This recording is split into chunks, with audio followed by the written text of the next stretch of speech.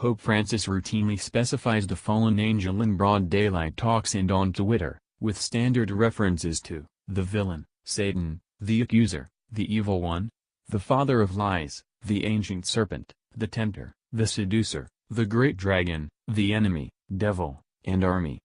Note the phrasing serpent and mythical beast. Names some trust insinuate reptilians, or Anunnaki, who are frequently connected with the black market. CNN.com reports. For Francis, the fiend is not a myth, but rather a genuine individual. Numerous present-day individuals may welcome the Pope's emphasis on the demon with a contemptuous, social artificiality, apathy, or an no more liberal interest. However, Francis alludes to the fallen angel constantly. He doesn't trust him to be a myth, yet a genuine individual, the most deceptive adversary of the congregation. A few of my scholar partners have said that he has run a bit over the edge with the villain and hellfire. We might be enticed to ask, why in the fallen angel is Pope Francis so required with the sovereign of evil presences? This astute Jesuit pope is plunging into profound religious waters, places where not very many current Catholic pastors wish to tread. Francis' appearing distraction with the fiend is not a philosophical or eschatological inquiry as much as an invitation to battle, a solicitation to prompt activity, offering exceptionally solid strides to do battle with the villain and the reign of malevolence on the planet today. In his instructions, Francis cautions individuals emphatically to stay away from debilitation, to cease trust, to proceed onward with strength and not to fall prey to antagonism or pessimism. He is drawing on the major understanding of Saint Ignatius of Loyola, originator of the Society of Jesus, the Pope's own religious family. With his non-stop references to the fiend, Pope Francis goes separate ways with the present lecturing in the congregation, which is dreadfully quiet about the demon and his guileful ways or decreases him to a negligible representation. Amid the primary periods of Francis' pontificate in 2013, the evil one showed up often in his messages. In his initially real deliver to the cardinals who chose him, the Argentine pontiff reminded them, "Let us never respect negativity, to that severity that the demon offers us consistently."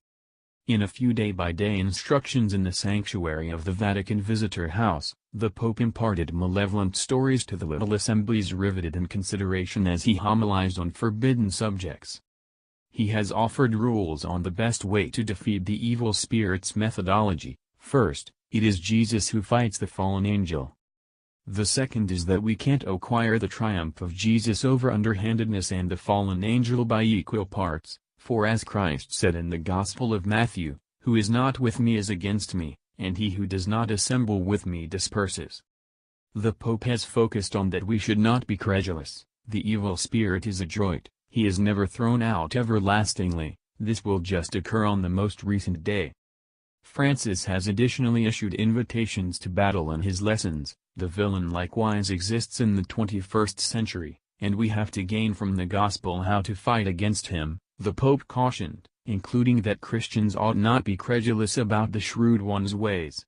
The demon is definitely not a relic of the past, the pontiff said. Recognizing the demon's intelligence, Francis once lectured, "The fiend is canny, he knows more religious philosophy than every one of the scholars together." Prior to a horde of individuals on Palm Sunday in 2013, the recently chose Pope even set out to state that when Christians confront trials, Jesus is close, however so is the foe, the fiend, who comes, frequently camouflaged as a blessed messenger and cleverly talks his oath to us. Most as of late, on July 12, in the readied content he was to convey, in commonplace mode he rather gave an amazing, unscripted deliver to 600,000 youngsters at a rally in Paraguay. The Pope exhibited the set of working responsibilities of the villain.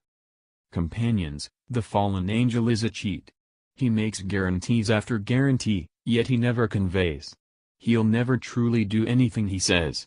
He doesn't follow through on his guarantees. He influences you to need things which he can't give, regardless of whether you get them or not.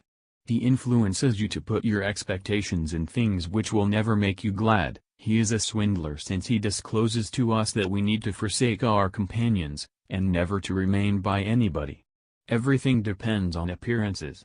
He influences you to surmise that your value relies upon the amount you have.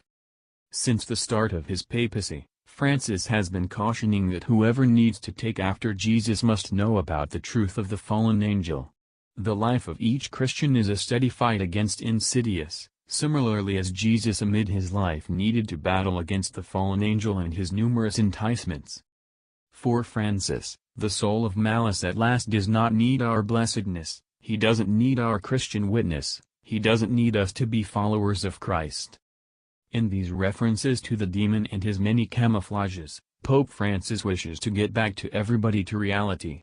The fallen angel is so every now and again dynamic in our lives and in the congregation, drawing us into antagonism, skepticism, give up, ugliness of soul, bitterness and wistfulness. We should respond to the fallen angel, Francis says, as did Jesus, who answered with the word of God. With the sovereign of this world one can't exchange. Exchange is essential among us, it is fundamental for peace, it is a mentality that we should have among ourselves, keeping in mind the end goal to hear each other, to see each other. Discourse is conceived from philanthropy, from affection. In any case, with the Dark Prince one can't exchange, one can just react with the word of God that shields us. The demon has made a rebound in this pontificate and is assuming a critical part in Francis' service. Francis is dead genuine about the villain. Also, he accepts each open door he can to advise the demon to get the hellfire out of our lives and our reality. It isn't so much that Francis has been concentrating on the abhorrent one's energy, nor has he been entranced by the Harry Potter films or by a want-to-do spin-offs of The Exorcist motion picture. This pope doesn't sit in front of the TV. The greater part of the enticements Francis talks about so frequently are the sensible flip side to the core of the Argentine Jesuit pope's message about the world that is accused of the loftiness, leniency, nearness and constancy of God. Those forces are far more noteworthy than the fallen angel's shenanigans.